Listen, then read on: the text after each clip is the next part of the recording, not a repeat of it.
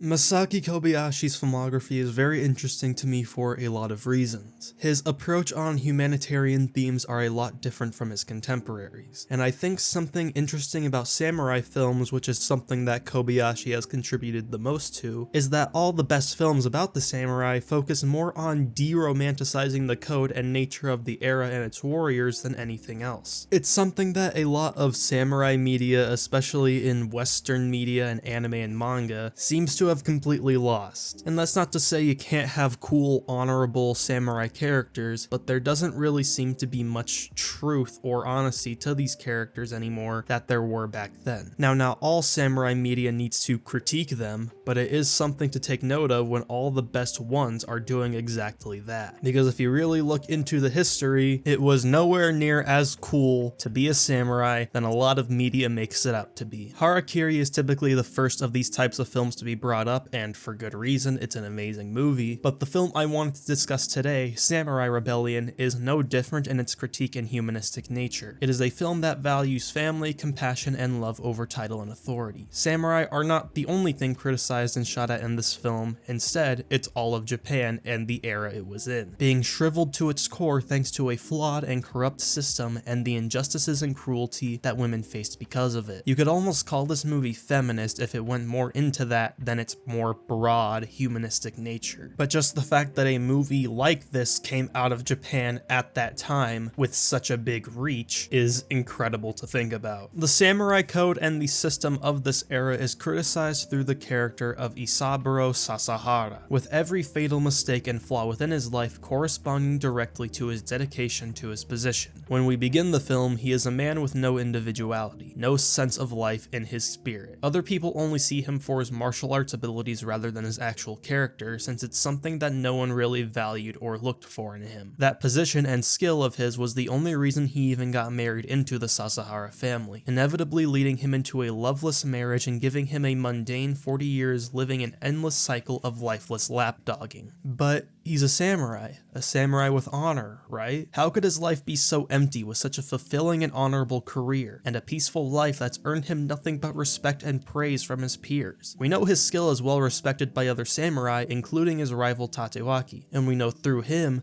that they live in times of peace. So why would such a man have the apostasy that he does in the film's second half? As said before, Isaburo has no individuality at the start of the film. His true self is wrapped beneath the plates and sheets. All of his peers are the same. The closest relationship he holds is with Tatewaki, but the rest of his peers only view him as another mannequin like themselves. Isaburo is aware of this, but it doesn't really come out until he no longer has these responsibilities. In a monologue he holds toward his son and wife Ichi after their indecisiveness to soil their family's position for the sake of their own marriage, Isaburo says this: "Fool, why do you say that now? What's the Sasahara family to you? What are your relatives' troubles to you? Yogoro, have you decided you want to keep your position? Listen to me. My father-in-law was impressed with my swordsmanship. As head of the Sasaharas, he asked me to marry into the family, but otherwise I have no talents. In other words, I'm a worthless, good-for-nothing man. So in order to prove myself, for these past 20 years I have fought to preserve our good name and social standing. So why am I so obstinate now? The cruel injustice involved for one thing, but your beautiful love for each other that has touched me most of all. There's never been a shred of love in my married life, and now you do this. Promise me, Yogoro, that you'll never let Ichi go. You too, no matter what happens, never leave him. Promise me that, both of you." There are many layers of this speech to analyze. For one, we see a disconnect between Isaburo and the rest of the Sasahara family through the beginning of this speech. Just before this scene, the rest of the family were discussing preparations for their family name and nobility to be soiled because of Yogoro's decision, with Isaburo's wife showing much disgust in both him and Ichi. Isaburo, on the other hand, sees this as a beautiful thing. What he values here is not the nobility of the family, but the love that is shared between them. He's lived in a house full of apathy and distance. Aside from Yogoro and Ichi, there is no emotional connection drawn between him and the rest of his family, and only now does he see what a family could truly be through Yogoro and Ichi's love. This is what family should be in his eyes. People connected by love and trust in one another that wouldn't give each other up no matter what hardships are faced. Not the cold and disconnected line of men and women that share no relations outside of blood, who value their societal position over their closest connections. Isaburo says he fought long and hard to preserve their social standing, and now he is perfectly content with throwing that away for his son and daughter-in-law's sake, because for once in his long life and career, he has discovered something that was worth fighting for. Despite his long, hard work to gain a social reputation for himself and his family, he has no issue with throwing that all away if it means his son gets to hold the familial bonds he never once got to have in his 20 years as a samurai. He doesn't want Yogoro to make the same mistakes he did, and would rather aid him in achieving his new honor than to live the same mundane and loveless life that he had to live. So he dedicates his life after retirement to support his son's decisions regardless of the circumstances, and follows him wherever he goes, because this bond offers him more freedom than his career ever did. Another quote between Isaburo and his second son Bunzo after he betrayed him in Yogoro shows this off here. But remember, each must live his own life. As for what happened, I don't blame you and Shuga for what happened, nor do I bear you any grudge. Each must live his own life, have a drink and then go back, and then tell everyone this from me. I, Isaburo Sasahara, in all my life, have never felt more alive than I do now. Isaburo's relationships build much of the foundation of this film, specifically with his son Yogoro and his friend Tatewaki. I'll go over Tatewaki first, as their dynamic is most intriguing through contrast rather than personal development, and because I just like to talk about Tatsuya Nakata. Tatewaki is Isaburo's only true equal. He is his most respected adversary and his greatest friend. Even when requested to lead the battle against Isaburo, he uses his position as a loophole to avoid the battle, adhering only to what his job originally requested of him. It isn't until Isaburo comes to the border that we finally see their duel, since now Isaburo is directly battling his position. Tatewaki knows and mentions Isaburo's style of fighting multiple times in this, pushing forward and back just to switch to defense and refusing to attack, instead waiting for his opponent to give up. This is much like his behavior throughout the movie. Isaburo is consistently on the defensive end of things and he appears complacent at all times. It's as if his true thoughts and feelings are never coming out. But when it's Isaburo versus the world, versus his best friend, and all for the sake of his granddaughter's life, this changes. He speaks entirely from the heart, refuses to settle for defeat, and is attacking without thinking. He doesn't try to tire Tatewaki out, and instead he goes for the kill. It is through this rebellion that Isaburo achieves something that none of his samurai peers, not even Tatewaki, could have achieved because of this system, and that is a taste of humanity. He found a motivation greater than code that was able to bring him farther than anyone else, even if it isn't enough to save himself. Isaburo sees much of himself in his son Yogoro, but he also sees many things in him that he wishes he could have had before. The first moment we see of their bond is when Isaburo overhears his son speaking to Ichi of how he's borne the burdens of the Sasaharas for so long for the sake of everyone else, and the film continues